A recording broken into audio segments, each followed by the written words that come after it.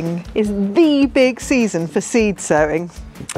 And here's a few that I've sown earlier that I thought I'd show you.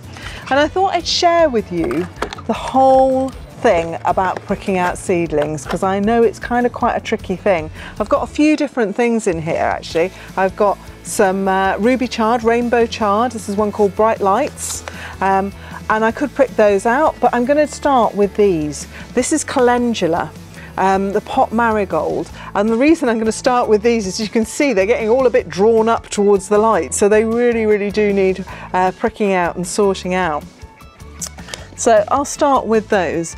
And I've got my little tray here, and these are old bedding plant trays, and I'm just recycle them, just giving them a rinse out and reusing them. They're perfect for growing on things like this.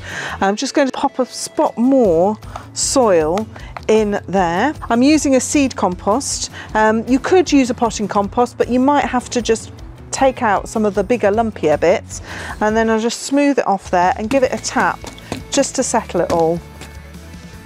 I'm going to take, this is a plant label, but a lot of people, you could use a little dibber or you could use a pencil. People use all sorts of things, and I'm going to use this just to pull out these little seedlings. Crucial thing to remember about this is probably over 100 seedlings in here. Now, do you really need 100 calendula plants for your garden? Chances are you probably don't. I need something like a dozen maybe. So I'm just going to pull out the biggest and the best seedlings in this seed tray, the real winners of the wildebeest or calendula pack, if you like.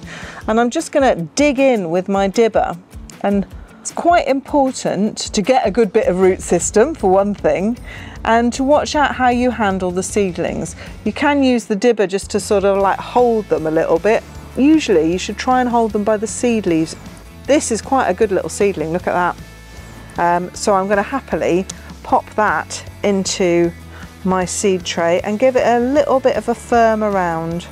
I love calendula, it's one of my favourite plants, very long flowering, particularly if you deadhead. It's a brilliant attractor for pollinators as well, and you can actually take all the petals off and put them in a salad if you want to add a bit of colour, which is quite nice. It makes a really nice cut flower. If you want to just snip a few for the table, then that's great. It's also very forgiving of all sorts of different soils. Right, there we go. So that just needs a little bit of a water, and last job is to do a label.